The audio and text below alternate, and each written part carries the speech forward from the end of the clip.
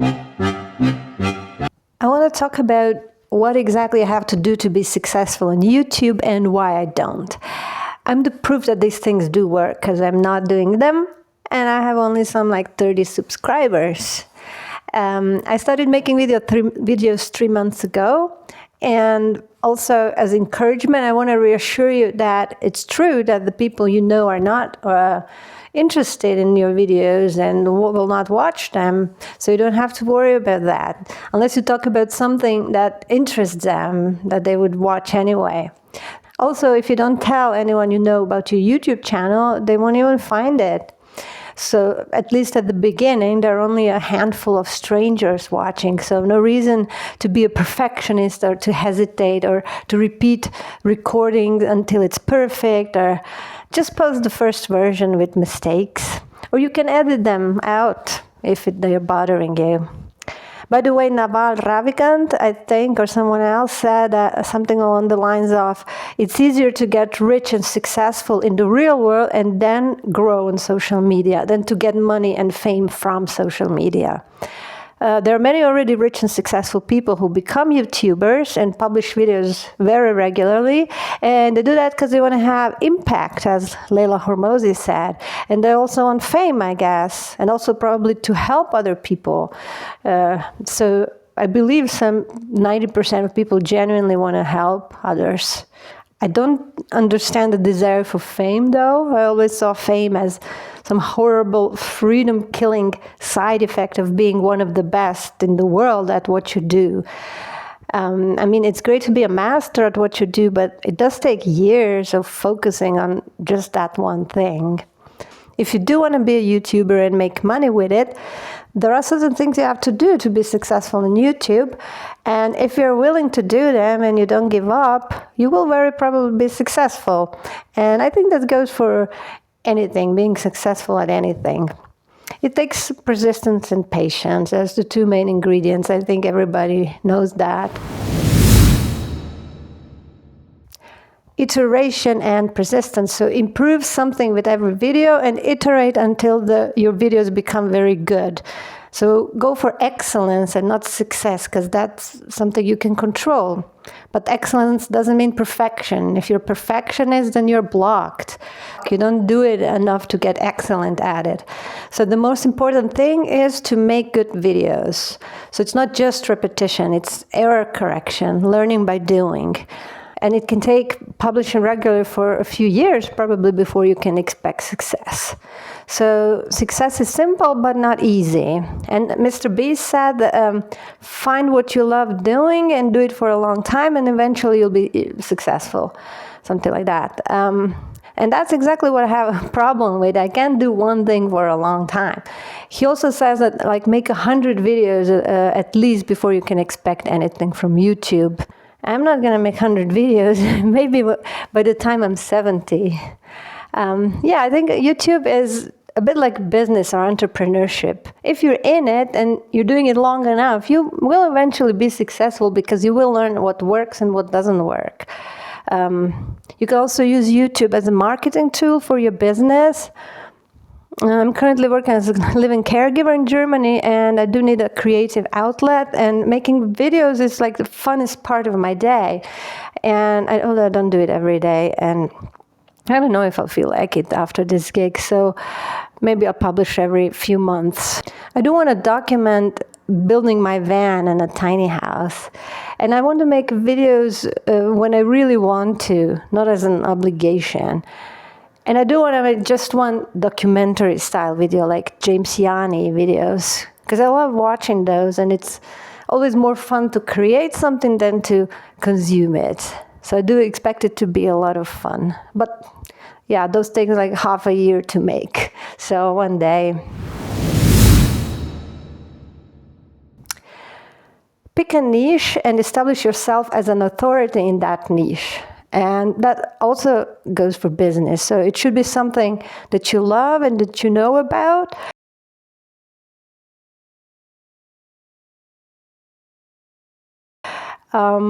Yeah, that one is totally out of question for me as a scanner. I can't I don't want to pick one niche. I have many different interests. Just picking one would just be like hell for me.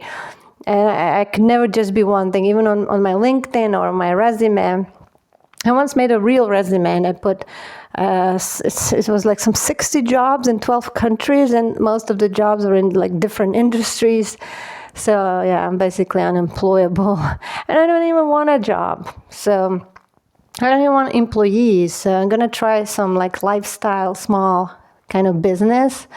Though this, what I'm doing already kind of works. Like, so I'm just working part of the year, maybe half a year, and I have time for other projects this year. So I've been working for 3 months. I have 2 more months. I will have been working for 3 months. And yeah, I'm saving 95% of my salary. And at the end of the month, it turns out I have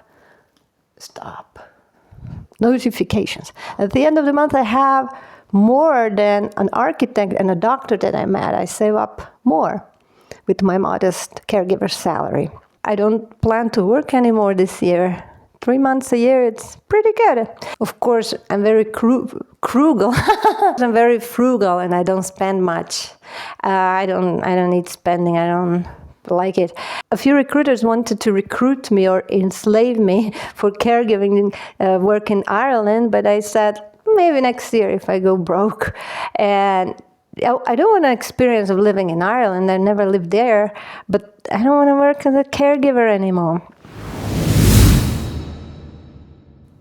Use trending titles and subjects that work for others. So because these tend to go viral. There are these trendy titles and topics of the video that everyone is doing, and they really work. And for example, it depends on your niche, but across several niches lately, there is the trend of publishing a video with some variation of the title. It took me 20 years to learn what I'm going to tell you in 10 minutes. And they have also mostly the exact same text on the thumbnail, so don't waste your life. And that seems to be an irresistible combination for people. They seem to click, because I think like hundreds or thousands of YouTubers made a video with that same title and that same thumbnail, or somewhere just the numbers change.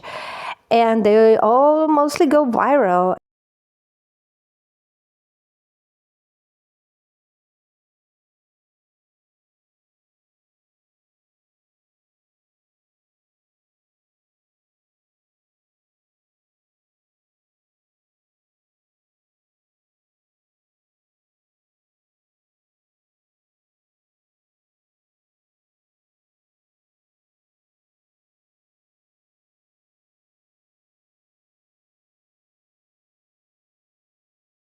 Yeah, some titles and subjects are irresistible to people. They have to click.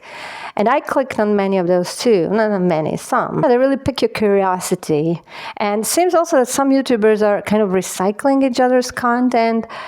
One of these YouTubers said that when she published a video with a trendy title, it went viral and it kickstarted her channel. So now she's successful. So it does work.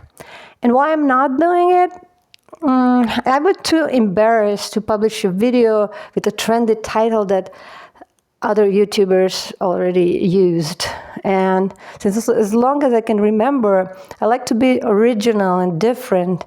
I know this is very early. I would be embarrassed if someone showed up in school in the same dress or something. I would want to go home. And I'm not sure why. I never really liked blending, fitting in. I was wearing clothes I found in my grandparents' closet and on flea markets. It was pretty original. Use shorts. I think I will do some shorts when I run out of things to learn with editing, but I'm definitely not gonna bother structuring them as those who studied shorts, they really recommend, like you should have a hook, foreshadowing, progress, and climax in your short, or in your longer videos too. So shorts do work if you want to get more subscribers. That's the experience many people have, because shorts often go viral and they reach non-subscribers.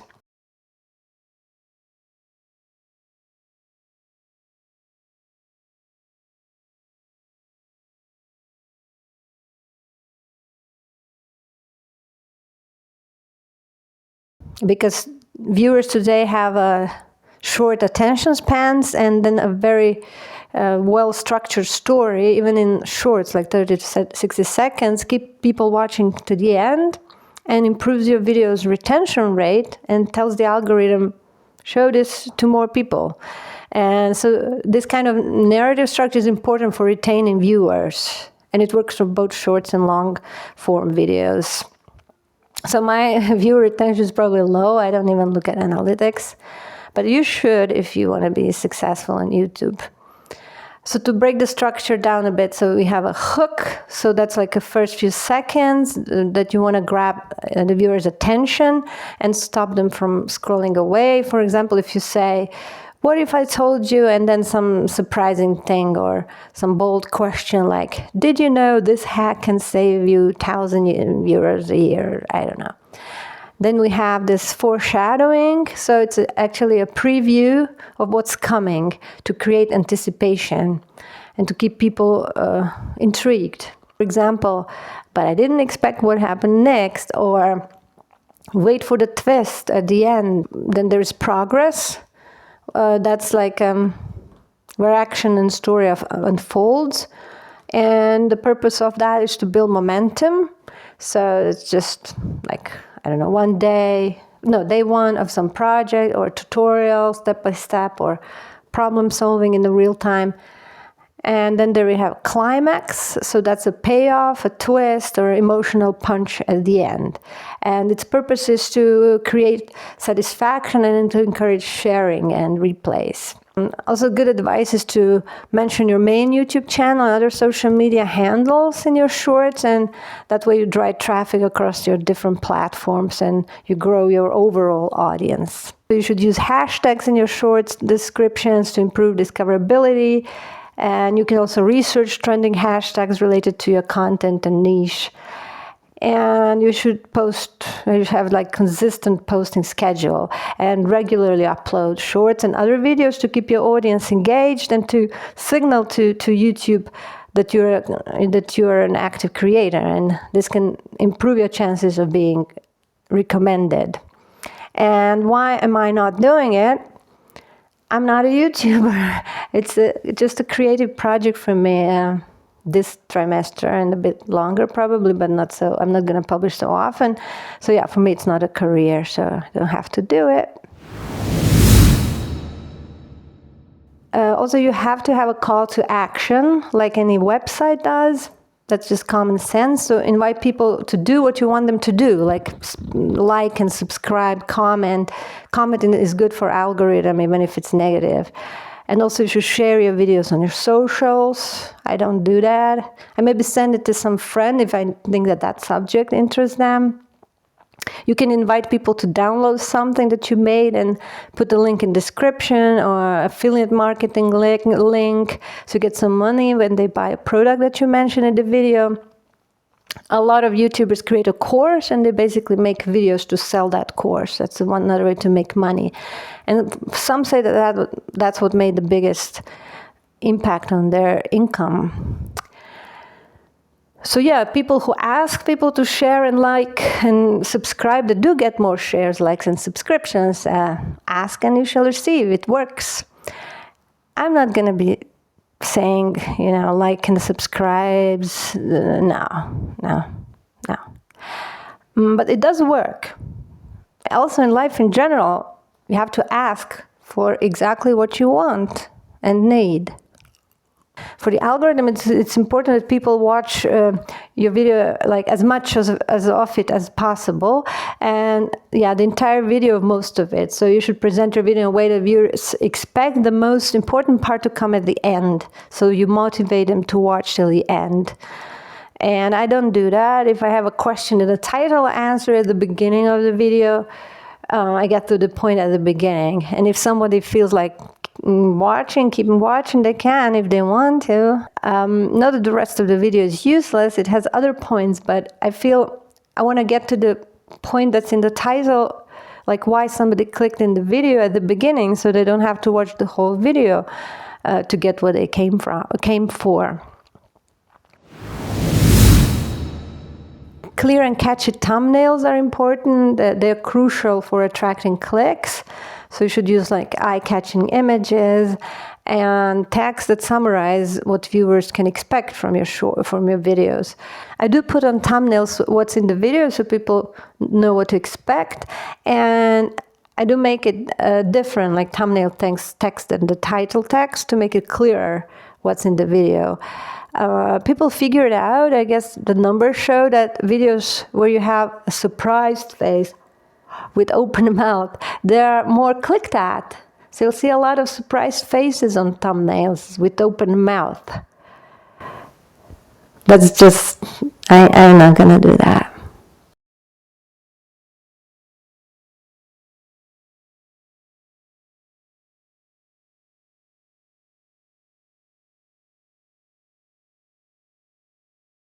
That's it. That's all I got. There's probably more, but I think if you do these, you should be successful on YouTube. Or you can also not do any of these. There's one piece of wisdom by Mr. Beast that I resonate with. He said something like, if you make something creatively that's good, it will satisfy you more than making money from it. There is satisfaction in creating something that's good and in getting better at the skill of making videos. Also, creating is fun, even if it's not good. It doesn't have to be good. It's better to create something bad than nothing. I met a woman who made her channel private after she got tired of being a YouTuber. She did kind of professional and was successful, but it felt like a job to her. I would never make my channel private. Making videos is a bit similar to writing a book in the sense that someone might find it like 100 years later and it might help them. You can help someone after you're dead. Also, I would love to be able to see my grandparents' YouTube channel. I almost forgot, but I already have a monetized channel with my ex, a cooking channel. We made maybe some like 10 videos, and we had a lot of fun making those. And back then, every channel got immediately monetized. So we are monetized. Technically, it's his channel, so it's connected to his account. I have no idea if he makes any money from it. Some of our videos do have thousands of views, but still nobody I know discovered that channel. But when I feel like eating something like some canary dish, I look at that video. Some of those videos we made 10 years ago, and I can recreate that meal. And yeah, it's fun to see him and to just how we looked back then. And yeah, I do recommend making videos, even if you don't plan to become a professional, follow all the rules and advice that's out there.